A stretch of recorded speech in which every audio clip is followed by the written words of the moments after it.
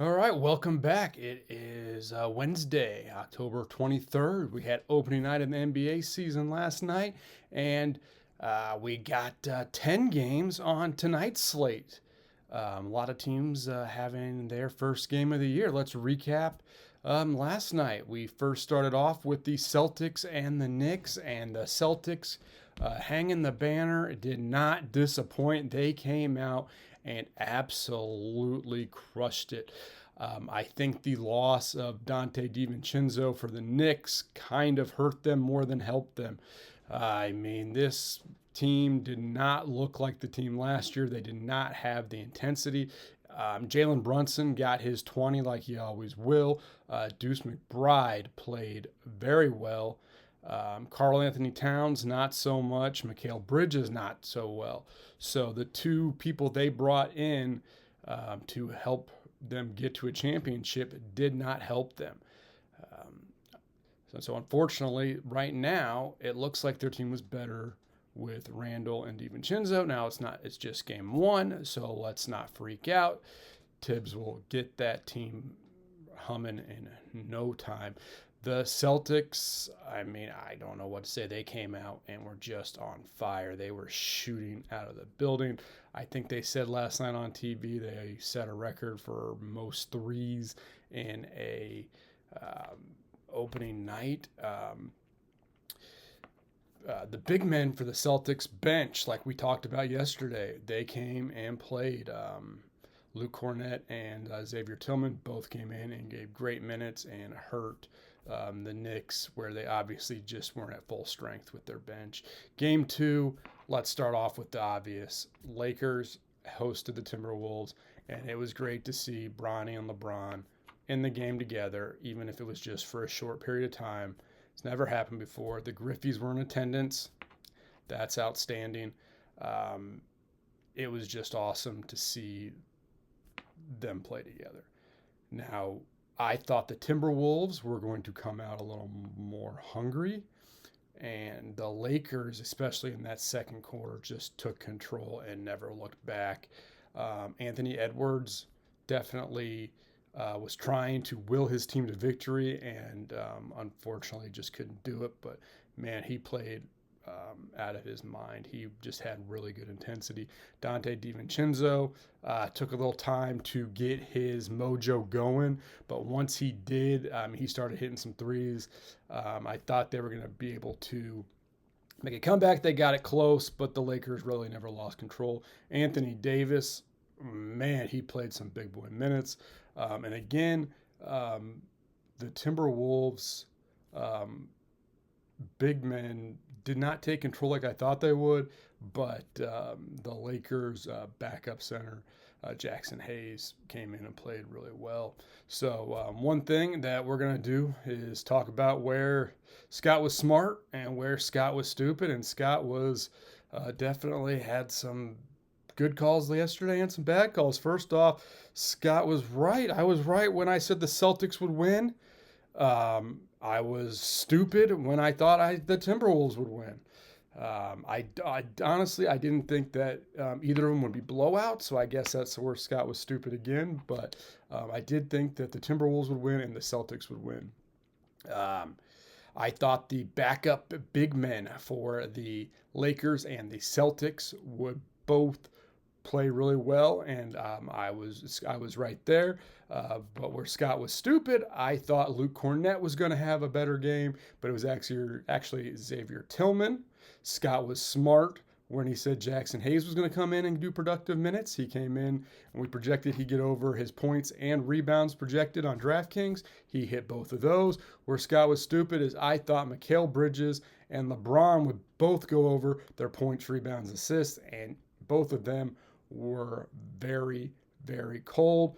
Mikal Bridges, Reggie Miller kept talking about his shooting was going through some work in the offseason, and at the beginning he was awful. He started to get a touch there towards the end, and then obviously since they were down by 30, they pulled most of their starter, so we couldn't see if he would get that rhythm together. I don't expect him to shoot that poorly, and LeBron is going to have games where he's great, and LeBron's going to have games where he's average. I don't project him to have too many games where he's bad, but LeBron is 40 years old and still one of the most athletic people on the court, so we got to give him props for that. So that wraps up where Scott was smart and where Scott was stupid. So let's move on to the 10 slate of games we have today. The first game on the roster is my Indiana Pacers going up against the Detroit Pistons. The Pacers are pretty much running back the same team they had last year with Tyrese Halliburton leading the charge. They've had an off season to get used to playing with Pascal Siakam and Miles Turner, all three of them together. Andrew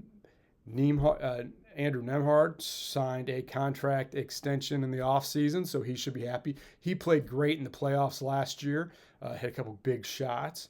The big addition that most people will be talking about is bringing in James Wiseman as a backup center, which will definitely help since Isaiah Jackson's day-to-day.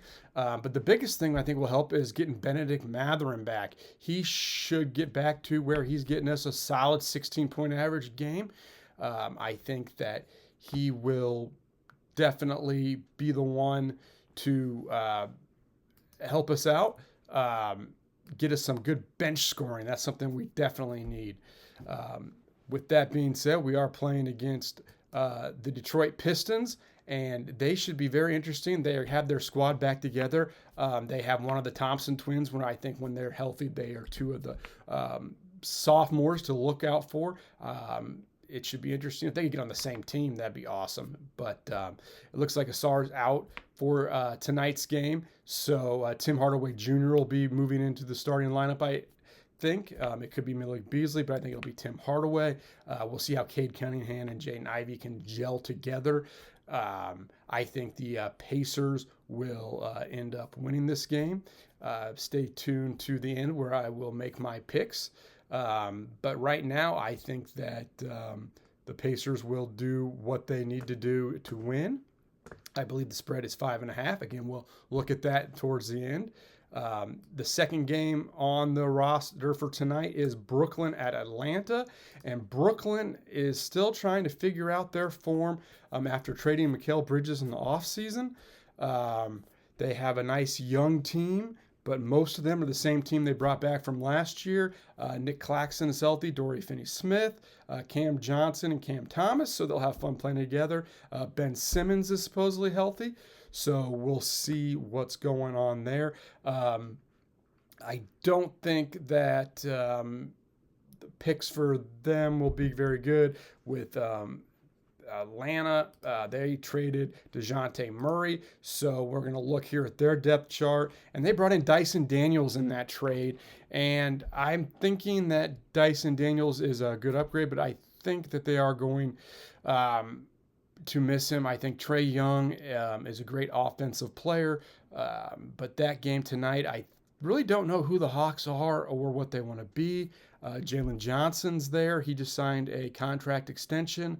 So it'll be interesting to see how they gel together.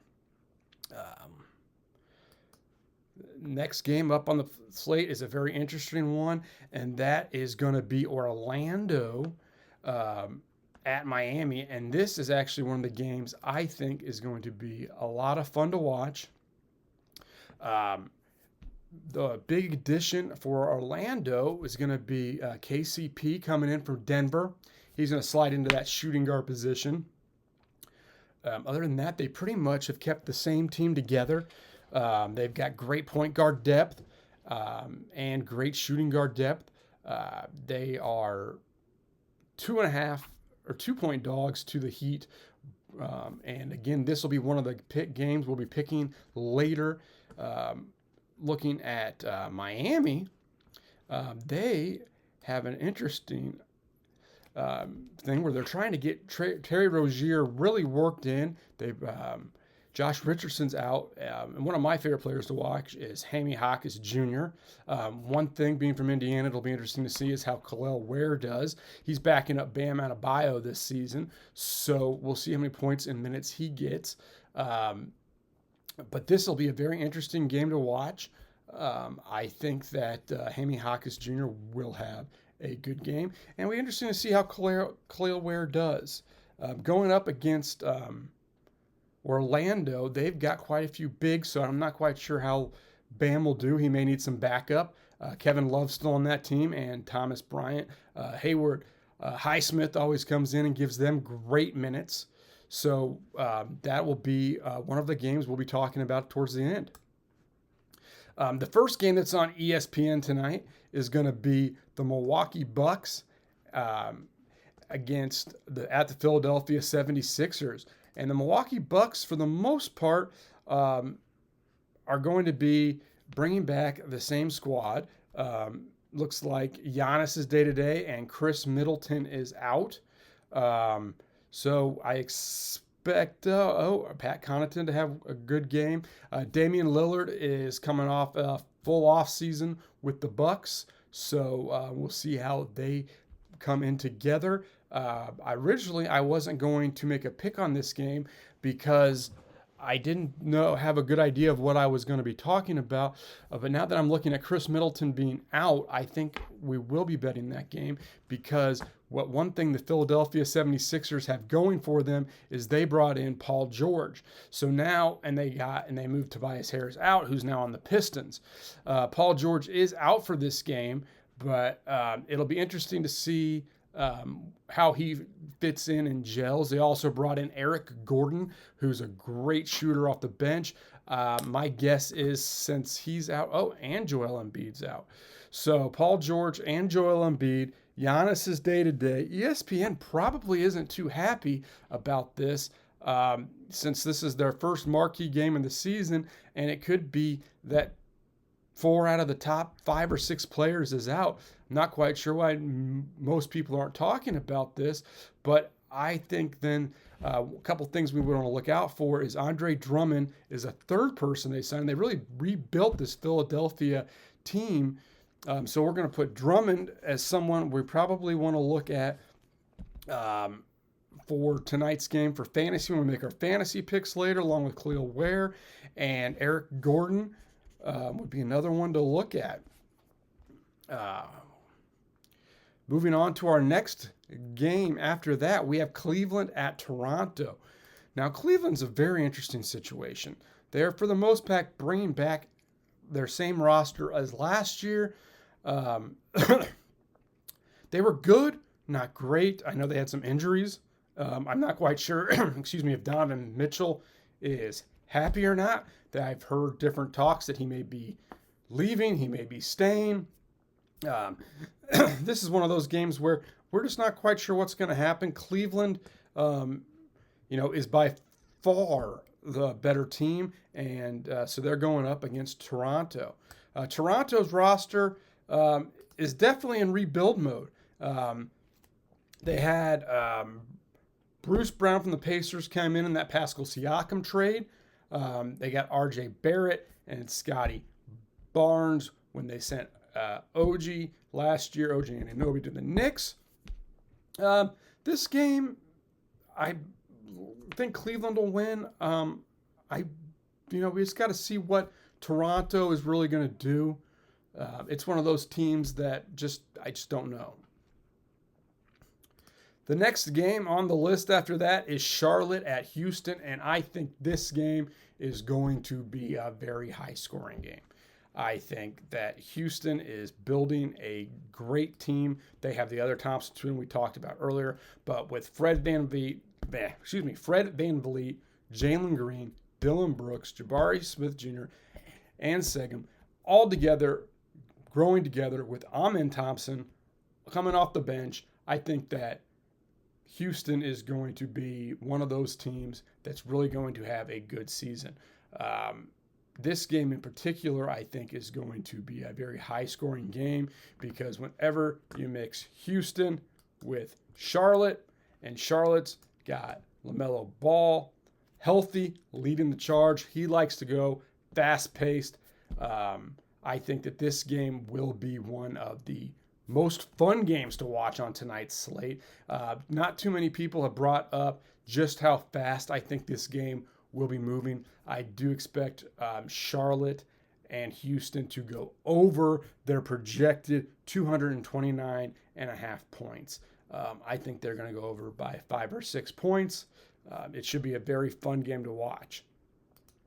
After that, we have the Bulls and the Pelicans. The Bulls, they traded for Josh Giddey from the Thunder. So it'll be interesting how he will mesh with Kobe White. The biggest question that everyone's asking is, will Lonzo Ball be able to make a full recovery? I really hope so. You don't want to see people going out with injuries. And as a guy who's got some past knee injuries himself, I know how painful they can be. So I hope that Lonzo Ball makes his comeback and really plays very well. On the Pelican side, we have this team could be one of the most fun teams to watch if they can all stay healthy. And yes, I realize that that is a very hard statement to make when you're talking about Zion Williamson. He's day-to-day, so's DeJounte Murray, but when they two are healthy, with CJ McCollum and Brandon Ingram, that team can move up and down and up and down. And there's not going to be too many teams that can play with them. Again, health is a big, big issue with the Pelicans. Moving forward, I hope that they can bring it together. Coming up next is the Grizzlies at Utah. And the Grizzlies are really trying to figure out if Ja Morant and Marcus Smart can play together. They got Desmond Bane. Their rookie, Zach Edey, looks like he's moving into the starting lineup according to the depth chart on ESPN over Brandon Clark. Not quite sure. Looks like Jaren Jackson Jr. is out. So unfortunately, that's going to be one of their better players that is out for the evening. Hopefully, he'll be able to make a strong comeback.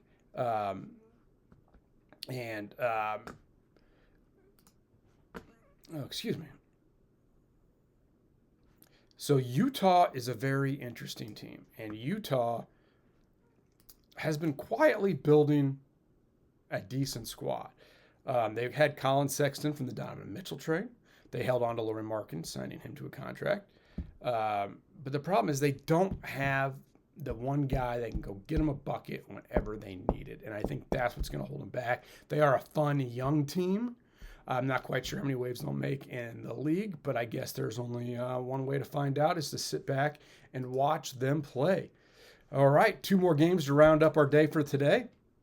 The first one's going to be the second game on ESPN, and that is the Suns at the Clippers. And the Suns finally got something they've needed for a while, and that is a point guard in Tyus Jones. He is going to really help get the ball distributed to their playmakers, Devin Booker, Bradley Beal, Kevin Durant. If they have someone who can get them the ball in their spots, they're going to be a tough team to beat. They are currently favored by 5 against the Clippers, and I think that they will win by 5 because the Clippers, unfortunately, Kawhi Leonard's out. And that is something that is very unfortunate, and hopefully something that they can get someone to help him out. And maybe it's time for him just to hang it up. I don't like saying that. When he's healthy, he is by far one of the best players in the NBA. But when he is not healthy, it is very hard for people to win. Now, Paul George left, so Terrence Mann's going to be starting at small forward. I know he was in there a lot last year. They got Chris Dunn. They got Bones Highland, Kevin Porter Jr. James Harden probably will have a great game tonight because he is going to be the man. Now, can he do that every night? No, but I think he'll take care of it tonight. I just don't think they have the firepower to stay with Phoenix, so I'm going to be taking Phoenix -5. And the last game of the night is the Golden State Warriors at the Portland Trail Blazers. And talk about trying to figure out something new. The Golden State Warriors have to figure out how to play without Klay Thompson. Now, most people will say with Klay Thompson's injury, they've had time to learn. But Klay Thompson has been with that program his entire career. He's been Steph Curry's running mate, and they've done so much together. I know that the Mavs are happy to have him, and when the Mavs play their first game, I think tomorrow, we'll talk about that. But tonight, I just don't know how they're going to do it. Now, they did get Buddy Hield, so he'd be a great person to have as a backup.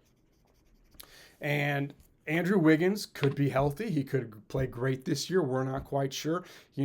He kind of bounces between having a good season and an okay season and a great season and an okay season and a great season and an okay season. So I think that he will definitely have good games and okay games. Draymond Green is still there. Trace Jackson Davis gave them some great backup minutes last year. I expect him to go through and do that again this year. They also picked up Kyle Anderson. So it'll be very interesting to watch them kind of gel together without Klay. Steph will be Steph. I mean, if you watched any of the Olympic gold medal game of the last 3 minutes, wow, I'm not quite sure how he did what he did, but it was amazing. And they are playing a Portland team that is still in rebuild mode after the Damian Lillard trade. It'll be very interesting to see if Scoot Henderson has a great comeback season or not. I think that he will. I think he just needs some time. Now, sometimes when you have a ball-dominant guard who has trouble shooting, it takes them a little time to learn how to shoot. I think he'll be able to get that skill locked down. Hopefully it won't take too long to do. Jeremy Grant is a great wing player. One of my buddies always jokes that he doesn't rebound. I love how he plays. I know that there were some times where people were looking to maybe trade him. I don't know if he will or not. I would not trade him. I would keep building with Jeremy Grant, DeAndre Ayton, and Scoot Henderson. Anthony Simons is in there. He's still playing good. They got Chris Murray. So I would keep building with that squad.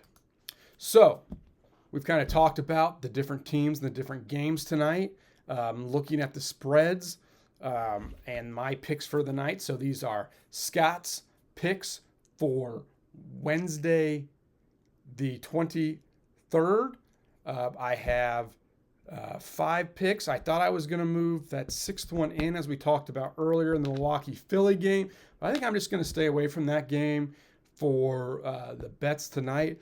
My picks are, and I hate doing this because I don't like betting on the Pacers or the Colts because I'm from Indiana and those are homer bets. And normally, the Pistons play the Pacers well. But I think tonight the Pacers are going to go in there and make a statement. I think Tyrese Halliburton got a lot of experience in the Olympic team, a lot of leadership skills. He had most of them already, and I think that put him over the edge. So I'm going to take the Pacers -5.5 against Detroit. We talked about the Orlando-Miami series. I'm actually going to have 2 bets from that one. I'm going to have Jaime Jaquez Jr. over 11.5 combined points, rebounds, and assists. But I think Orlando will cover the 2.5 points. So again, Jaime Jaquez over 11.5 and Orlando plus 2.5. Charlotte, Houston, we talked about that. That's going to be running back and forth. So we're going to go the over of that game of 229.5. And then we're also going to look at the Suns-Clippers games with the Suns favored by 5. I just don't think that the Clippers have the firepower to compete. All right, we've got those picks. Now, if you're a daily fantasy player, some of the things I think we should look at, as I think you should look at Andre Drummond at the center position. With Joel Embiid out, I think DeAndre Drummond will give us some great minutes off the bench. I think Khalil Ware may get some minutes in the Miami game because Orlando has some big men that could get Bam into foul trouble. I think another person to look at from the Philly game would also be Eric Gordon. And I think small forward Buddy Hield coming off that Warriors bench could give us some great points. So those are the 4 or 5 for the daily fantasies I think you should look at. I've given you my bets. Hopefully we have another great round of games tonight. Last night's were kind of blowouts, so I expect these games to be a lot closer, hopefully. Check back tomorrow to see where Scott was smart and where Scott was stupid, and we'll get tomorrow's games, today's games recapped and tomorrow's games projected. Thanks. We'll see you tomorrow.